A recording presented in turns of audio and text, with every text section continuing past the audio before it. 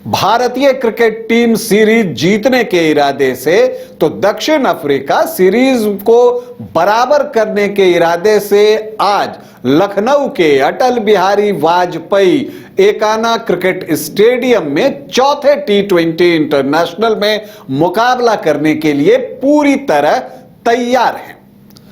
आज मैं आपको बताऊंगा कौन से वे भारत के 5 खिलाड़ी हैं जो आज ही सीरीज भारत के नाम कर सकते हैं।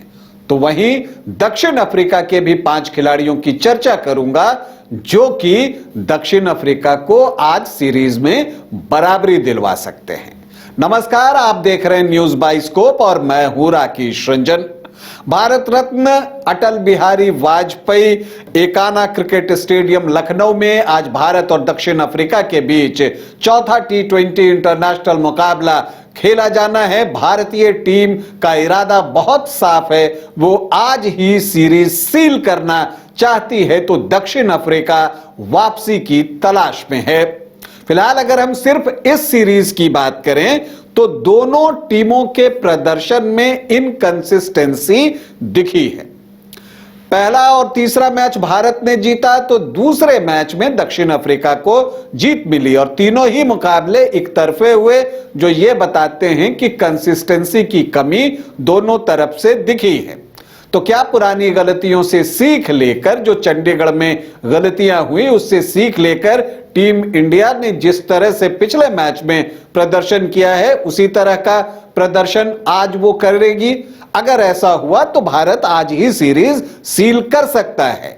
लेकिन अगर जैसा प्रदर्शन अब तक हुआ है कि एक मैच भारत तो एक मैच दक्षिण अफ्रीका, तो वैसी परिस्थिति में दक्षिण अफ्रीका के पास भी अवसर होगा कि सीरीज को वो बराबर कर ले। हालांकि अगर आप दक्षिण अफ्रीकी टीम को देखें तो उनके पास भी विश्व कप से पहले अब ज्यादा मैचेस बचे नहीं हैं। 5 मैच गिनती के बचे हैं, 2 अब भारत के खिलाफ और 3 वेस्ट इंडीज के खिलाफ।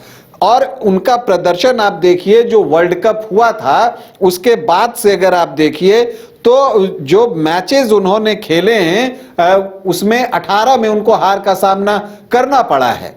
दूसरी तरफ भारतीय टीम सेटल्ड दिखाई देती है क्योंकि उसे पता है कि उसकी टीम क्या होगी। दक्षिण अफ्रीका की टीम अभी रोटेशन पर टीम के खिलाड़ियों को परख रही है, भारतीय टीम सेटल्ड है। लेकिन यहां पर जो चिंता है भारतीय टीम में वो है शुभमन गिल की जगह रहेगी या नहीं रहेगी, क्योंकि उनका प्रदर्शन अब तक बेहतर नहीं हुआ है। हालांकि वो क्लास प्लेयर हैं, इससे किसी को इनकार नहीं है, लेकिन प्रदर्शन चिंता की बात है। इसी तरह से कप्तान सूर्य कुमार यादव का फॉर्म भी भारतीय क्रिकेट टीम प्रबंधन के लिए चिंता का विषय बना हुआ है। लेकिन जहां तक आज के मैच की बात है, अगर हम एकाना स्टेडियम की बात करें तो यहां पर जो बाउंड्रीज हैं वो बड़े हैं, मतलब कि चौके छक्के लगाना आसान नहीं होता, इसलिए स्पिनर्स भी प्ले में यहां पर आ जाते हैं और इसीलिए जो एवरेज स्कोर है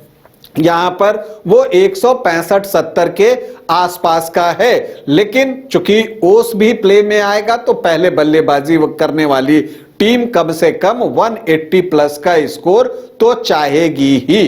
तो देखिए भारत को आज का मैच कौन कौन जिता सकते हैं, तो उन 5 खिलाड़ियों के मैं चर्चा करने जा रहा हूं। जो पहला नाम लूंगा मैं वो है अभिषेक शर्मा।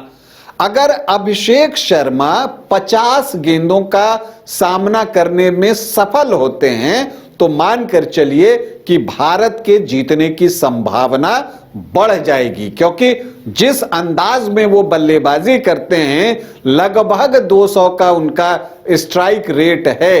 तो अगर वो 50 गेंदें खेल लेते हैं तो 90-95 तो वही बना देंगे, तो बाकी के 70 गेंदों पर आपको रन उतने आ जाएंगे कि आप जीतने लायक स्थिति में पहुंच सकते हैं। दूसरे खिलाड़ी जिनकी हम चर्चा करेंगे वो तिलक वर्मा हैं। शानदार लय में दिख रहे हैं और जिस तरह से इस सीरीज में अब तक उन्होंने बल्लेबाजी की है, मुझे लगता है कि अगर आज उनका अच्छा दिन हुआ तो वो बेहतर प्रदर्शन कर सकते हैं और उनके प्रदर्शन के बूते भारत ये मुकाबला जीत सकता है। तीसरे खिलाड़ी हार्दिक पांड्या हैं। हरफनमौला खिलाड़ी हैं, चाहे बल्लेबाजी हो, चाहे गेंदबाजी हो या फील्डिंग हो।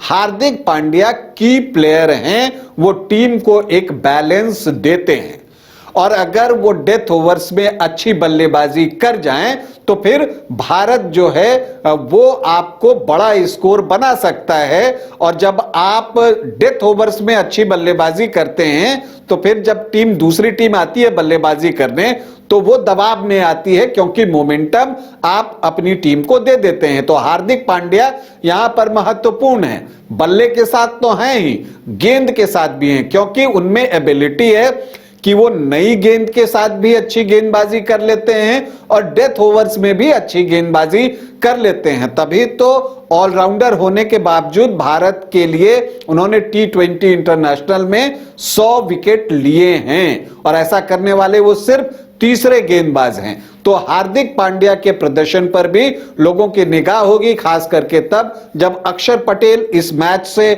बाहर हो गए हैं, बल्कि इस पूरी सीरीज से वो बाहर हो गए हैं। उनकी जगह शहबाज अहमद को टीम इंडिया में शामिल किया गया है।